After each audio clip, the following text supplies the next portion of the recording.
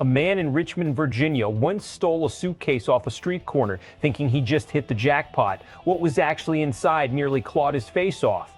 And the guy telling this story? He spent 18 years hauling Darrell Waltrip's race car across the country for one of the most feared team owners in NASCAR history. Stick around, because this is one of the wildest stories to ever come out of a racing garage, and it has nothing to do with racing at all. Darrell Andrews, known in the garage as D.A. Fine, but 18 years as a hauler for Junior Johnson's NASCAR operation, moving Darrell Waltrip's iconic number 11 car from track to track. Off the track, D.A. has a different kind of legend status. On a recent appearance on the Jeremy Mayfield Show, he told a story about his buddy Bob from Richmond, a tranquilizer dart gun, a wild Bobcat, and a stranger who tried to steal what he thought was free property off a sidewalk. Spoiler, it was a sedated Bobcat in a suitcase. Here's the thing about NASCAR garages from that era. They weren't just about horsepower and pit stops. They were built by characters, real characters. People who lived larger than the sport itself. D.A. isn't some random name drop. He worked directly under Junior Johnson, one of the most notorious, hard-nosed owners the sport has ever seen. This is a man who reportedly grabbed an engineer by the collar for trusting a laptop over gut instinct on setup. D.A. watched Dale Earnhardt's crew scramble to dump illegal weight after inspection. He lived inside the chaos that built modern stock car racing. So when a guy like that tells you his best story isn't about the garage, it's about a Bobcat in a suitcase, you listen. The backstory matters here too. D.A. is a Vietnam veteran and Purple Heart recipient who has spent years fighting cancer linked to Agent Orange exposure. Doctors reportedly told him he wouldn't make it past 2020. He's still here, still restoring vintage trucks, still driving, is still holding court on podcasts with stories nobody else could possibly tell. That context changes everything about how you hear this story. This isn't just comedy. It's a survivor with decades of insane firsthand history finally getting to share it.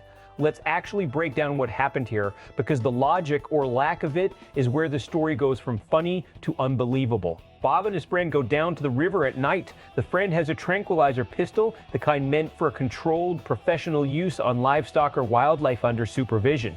Instead, it gets fired at a full-grown Bobcat sitting in a tree with zero plan for what happens next. The Bobcat drops, and now these two men are staring at an apex predator lying on the ground, fully alive, just sedated. Their solution? A suitcase. Not a crate, not a cage. A suitcase, the same thing you pack for a weekend trip. Strategically, this is a disaster from the jump. Selling a wild Bobcat to a zoo isn't a real business plan, and the Richmond Zoo shutting that idea down immediately was the only rational moment in the entire story. So what do you do when your questionable plan A fails? Apparently you abandon a suitcase with a live waking up wildcat inside it on a street corner and just watch what happens. This is where the story turns into something out of a heist movie gone wrong. A man walks up, sees an unattended suitcase, and assumes the best case scenario. Free money, valuables, something worth grabbing. He has no idea he just picked up a loaded weapon with claws. The outcome was inevitable. That Bobcat was never going to stay calm in a moving vehicle. When it broke loose inside that car, there was no strategy left, no game plan, just four doors flying open and pure survival instinct taking over. Is this smart? Absolutely not. Is it one of the most chaotic, unintentionally brilliant stories about human decision-making under pressure? Without question. Stories like this hit different depending on who's watching.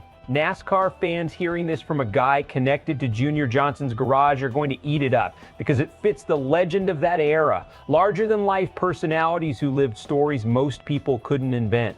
Casual viewers are going to react purely to the absurdity. A stolen suitcase with a Bobcat inside is the kind of story that gets clipped, shared, and argued about in comment sections for days.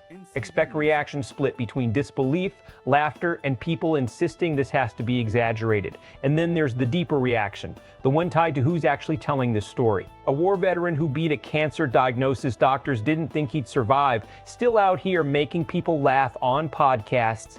That earns respect fans don't usually hand out easily. Best case, D.A. Keep showing up on shows like the Jeremy Mayfield podcast, and stories like this one start getting real attention outside the NASCAR bubble, turning him into a viral figure in his own right, separate from his garage history. Worst case, this story fades as a one-off clip, and the incredible first-hand history D.A. carries from the Junior Johnson era.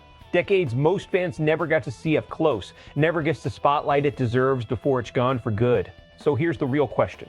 If you found an unattended suitcase sitting on a street corner right now, would you actually stop and grab it? Drop your answer in the comments, because I guarantee somebody in there has a story just as insane as this one. If this is your kind of content, hit subscribe, because Sports Wire USA is where the stories nobody else is telling get told right.